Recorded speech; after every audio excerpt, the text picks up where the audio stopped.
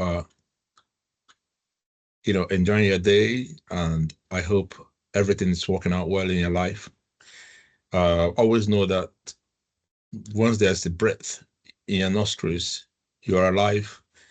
It means that there is always hope. There's always hope to live. So just keep going, and everything will be fine with you. I'm going to be speaking on something very important today, which is really important in the lives of individuals. It's things that can help you grow, help you become a better person. So I'm going to be talking on that today. And just what I wanted to share with you is that God has a destiny for everyone. Everyone who is born God has a destiny for the person. Let me tell you, you are not here in this world by accident. I know sometimes by some families, when they have maybe 4 or 5 children and they don't want to have another child, and then they don't have the 6th child, which maybe is you. When you ask them, they say, oh, it was an accident. You are not an accident. Every reason you came to this world is by God's design. There's a destiny for you. There's a reason here for you. So always know that. Let me read Jeremiah chapter 1, verse 4 for you. It says, the word of the Lord came to me.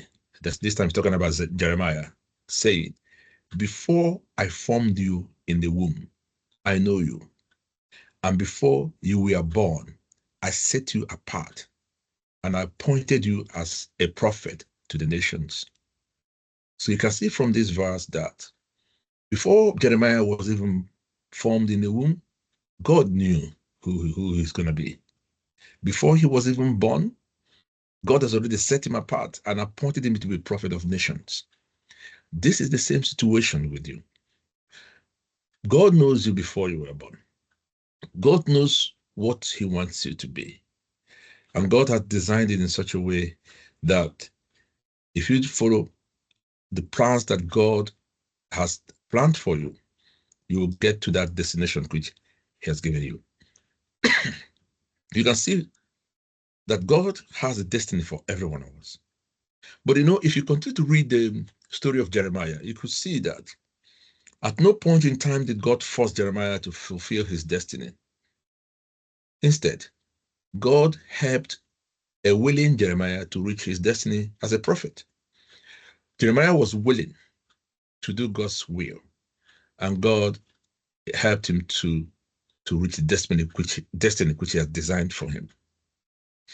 In this world, we do not operate as an island. God has put things, he has put people, he has put situations into positions and places to help us reach our destinies. It is left to us to key into God's plan for us and allow him to lead us in the path of those he's assigned to help us. And this is the topic I'm trying to preach today. It's called the Destiny Helpers. The Destiny Helpers. What God does is, when God created us, he gave us power to choose, power to take decisions. But he already has designed what he wants us to be. But he has given us power to help that to be established in our life. So why God has destined us to be great? He has also left us to be able to design the paths with his instructions, to design the paths that we could take to get to that destination that he has designed for us. For example, let me give you an example. The destiny of Jesus was for him to be crucified on the cross, to be buried, and to rise on the 3rd day because of our salvation. In all this part, Jesus never, working with God's plans, Jesus never deviated from those that design that God has set apart for him. There were times when he was tempted by the devil. There were times when he was he could have deviated, but he refused. He asked God, please God, let your will be done in my life. So Jesus understood that God has destined him to go through a particular stage in life, through a particular process for our own salvation. But you know what happened? Jesus had destiny helpers along the way to help achieve those destiny. Some were good destiny helpers, like Simon of Cyrene, who helped Jesus carry the cross to his crucifixion. And some were evil, like Judas Iscariot, who betrayed him for money. But everything was to fulfill God's destiny for Jesus. The good news is that Jesus died and rose again and conquered the enemy so that you will never be destined to be defeated again by the powers of the evil one. So God has destined you for greatness, to achieve things. What he did, he has put in place people, things, situations that will help you to get to that destiny. Because let me tell you, in Jeremiah chapter 29, verse 11, it says, "For I know the plans I have for you, declares the Lord, plans to prosper you and not to harm you, plans to give you a hope and a future." So this template is what God has for a Christian. The template is to prosper us, not to harm us, to give us a hope and a future. That is the overall template. Then God now has what is called a unique template for you. The unique template for you might be that he has destined you to be a prosperous medical doctor. Within that medical field that is designed for you, he intends to prosper you. According to Jeremiah 29:11, he tends to not to harm you along the way while you are prospering, and he tends to give you a hope and a future, so that when you prosper, you will have a future, you will have a hope to be able to help your community, help yourself. But for you to achieve these things, right? Achieve, for example, to be a medical doctor, to achieve whatever God has destined for you, he has put in place destiny helpers who along the line will help you to achieve these dreams. God never falls from the sky to come and help. He will put people in positions to help you achieve a dream. He puts situations in positions to help you achieve the dream. These destiny helpers can be Christians. God puts brothers and sisters in Christ to help and encourage you to become who you are. Because destiny helpers can not only be people who will give you money, it can be people who can advise you, encourage you, tell you the things to do, coach you, counsel you, and stuff like that. In 1 Thessalonians chapter 5, verse 11, it says, "Therefore, encourage one another and build each other, just as in fact you are doing." Encourage one another and build each other. So destiny helpers, what they do is they can encourage you, they can build you up. They can build you up by giving you money, giving you capital to do business, or pointing you to directions to where you can get money or get business directions and stuff like that, or tell you what they think is good for you. Or they can encourage you through words, through words, through helping you, through pushing you to be better, to be a better person. Paul himself in the Bible recognized that there were destiny helpers in his life. In Philippians chapter 1, verse 3, he says, "I thank my God every time I remember you." Imagine someone saying, "I thank my God every time I remember you." That means you've done so much for him. You've done so much for her. You have been a helper, whether you are counseling him or her, whether you are giving them money, whether you're helping them through, building up themselves, helping them, with their skills and doing a lot of things just to make sure that they become a better person. The person who is good will surely remember you. They will say, "I thank God that I remember you for what you've done in my life." Proverbs chapter 27, verse 9, it says, "The heartfelt counsel of a friend is as sweet as perfume and incense." Imagine you have, not every friend is a friend. I know, I'm sure you know that. The friends are people who are able to challenge you to be a better person. In this proverb, it says that the counsel of a friend, the heartfelt counsel of a friend, is as sweet as perfume and incense. It means that this person has recognized that his friend is able to counsel him and give him a good advice that they're able to grow. These are destiny helpers. These are people who are going to push you, put into the position, the puzzles that you have in life. These are people who are going to help you put the puzzles together to make you what you are supposed to be. They also do not have to be Christians. It could be anyone. The main thing is that God has placed men along the way and situations to help fulfill the destiny He has for you. If you read in 1 Chronicles chapter 12, 20 to 22, you will see where God provided destiny helpers to help David form a great army. In fact, the Bible said the army was like an army of God.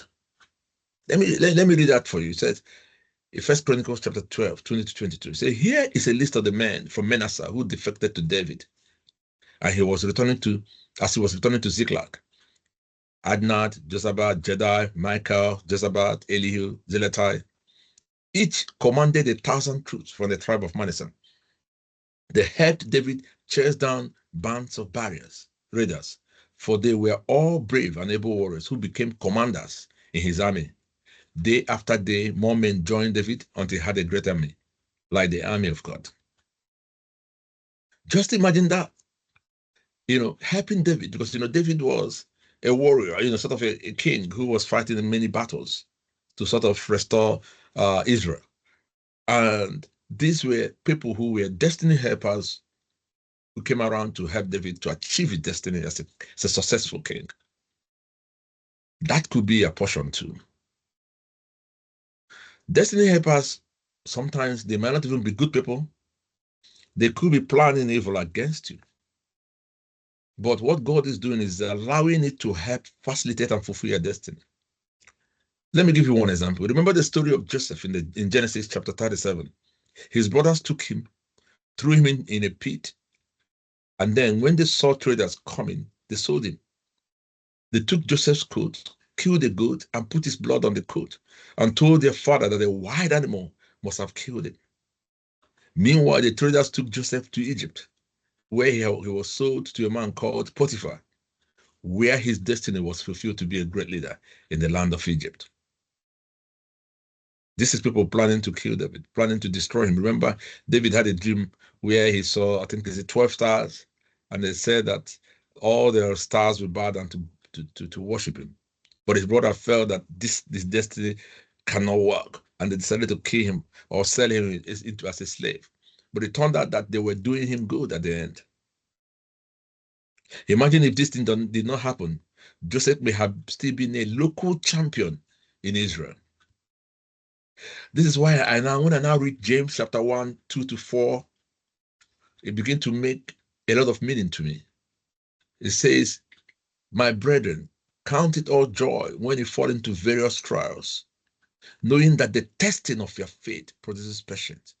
But let patience have its perfect work, that you may be perfect and complete, in the end, lacking nothing. So he said, count it all joy when you go into various troubles, just like David did. God is telling you, whatever you go through, I am the one, if I am the one that is allowing it as a child of God, I will allow it if I know it's going to be for your own good. So if you truly believe in God, God will never allow you to fail. You will know that anything that He allows to happen in your life, it means He's preparing you for that, your destiny. In Romans chapter 8, verse 28, it says, and you know that all things work together for good to them that love God, to them who are called according to His purpose. As long as God is with you, everything everything, whether it's good or bad, they will all work together for good for you. And it will be according to the purpose of God, according to His destiny, which is purpose for you. So let me give you one story that happened one time, when I was in Africa. There's a story of a young man who had been working in a company for several years, right? Even though he has not been promoted, he still loved his job so much and wanted to retire in that company. Even if he will not be promoted, he worked very zealously, very hardworking guy, just enjoying himself. But in his 10th year in that company, they had a new management, and one of the head of the department disliked him so much. So in the end, they conspired against him and got him sacked. He cried and thought that the world was crashing around him. Then, out of necessity, he started to apply for jobs because he need to cater for himself. After many years, he got a job. But you know what? Within 5 years of getting that job, he rose to the role of a deputy CEO. And he's currently now has money, he's married, and is blessed with children. So you see, God can use even the wicked to help you. Because in Jeremiah chapter 15, verse 21, it says, I will deliver you from the hand of the wicked, and I will redeem you from the grasp of the terrible and ruthless. So this is a promise God had done. When God has set the destiny from you, no one can stop that.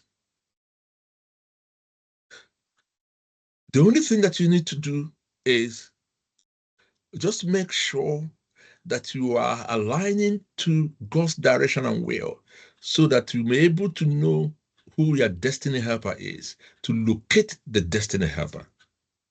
And when the destiny helper helps you, try not to disappoint the destiny helper, because in helping you, he wants to make you grow to be a good person, to be a better version of yourself. So when you locate the helper helps you do your best to be a better person than you were when the helper met you. And also, just know that a destiny helper must not necessarily be a powerful or very rich guy. It could even be as small as a servant who is cleaning up your cars, or washing your plates, or doing something. Or it could be just a stranger walking on the street. Or it could be just a beggar begging for money. Or it could be a colleague in the office. It could be anybody. But the thing is that ask God to give you direction to know that person.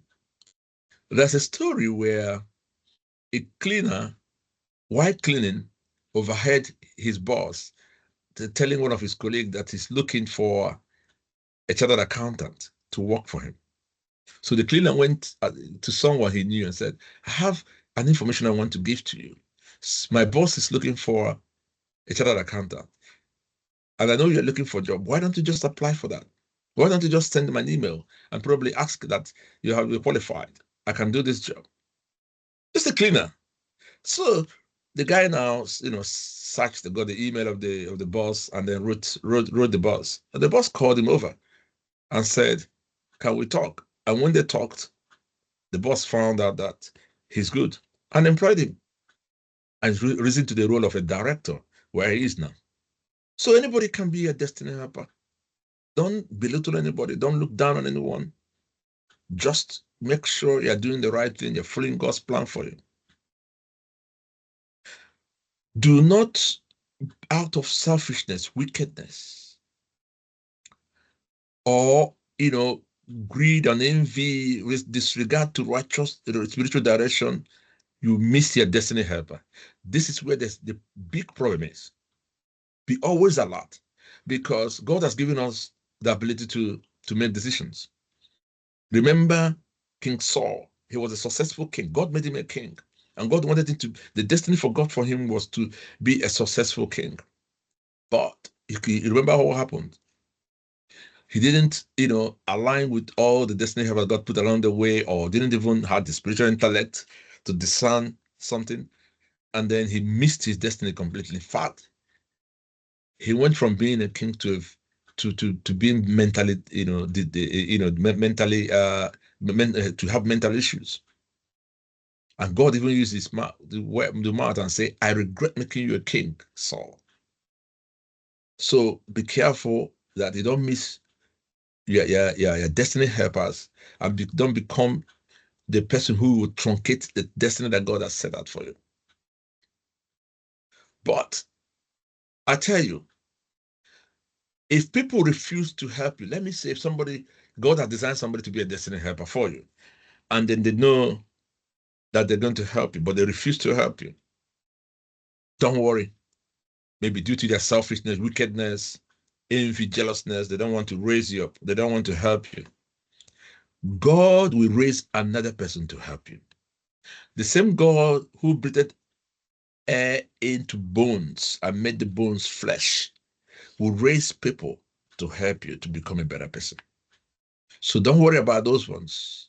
The only thing you need to be careful about is not you to be the one that will miss your destiny helper out of your ignorance and lack of spiritual direction or carelessness or wickedness. So, understand this. In summary, God has a destiny for you, and the destiny of God is always to prosper you, not to harm you, to give you a future and a help. So if anything God is destined for you, it will all be surrounded by these good things. He wants you to be strong in health. He wants you to do well. He wants you to move on. Then God will now he certainly give you a unique,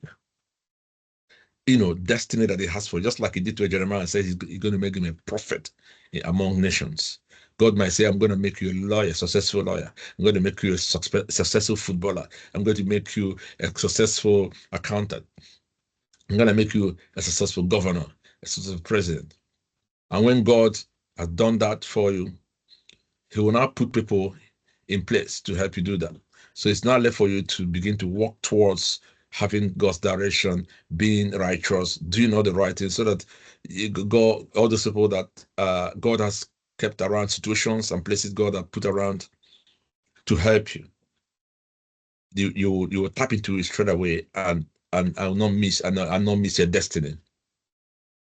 Then when you get all these things, make sure you remain righteous in God. Make sure you are grateful to people who have helped you in life. Make sure you remember them anyhow, say thank you to them and everything. And then another very important thing is remember that you are also a destiny helper to some other person. You don't have to be rich to be a destiny helper. You don't have to be poor to be a destiny helper. You don't have to be to be powerful or less powerful, whatever. As a human being, one way or the other, God has designed you also to be a destiny helper in your own way. So don't withhold help that someone else need. It might be just an information that you need to tell the person. It might be just maybe money you have to give the person if God has blessed you with money. It might be ideas that God has given to you to help someone. But whatever it is, what God is saying to you is that do not withhold helping someone. Do not withhold, being a destiny helper to someone, because God has blessed you. And that blessing is for you to not only help yourself, but to bless others. So don't withhold. Release the blessings God has blessed you with, so that others can release their blessings to you. So release yourself, release the blessings, so that you can also have the opportunity to receive from others. So I just pray to you today that may God in infinite mercy provide destiny helpers for you, who will help you to actualize your dreams, your purposes in life. And while you grow, while you develop and become a better person, may God also give you the courage to be able to bless someone else. And the person you bless will bless another one. That one will bless another one. That one will bless another one. The blessings continue to flow, to flow, to flow. And that's why God is saying that a righteous man like you, who is a blessing, will be like a tree planted by the riverside. You will never run dry. So the blessings you have will never run dry. So I just pray for you to continue in the good deed that you're doing. And may God bless you as you bless others. May God provide you all the blessings that you need. Be a blessing. And we'll talk again. If you like the video, click like, follow if you want, because I'll be coming up with a lot of things, to share with you.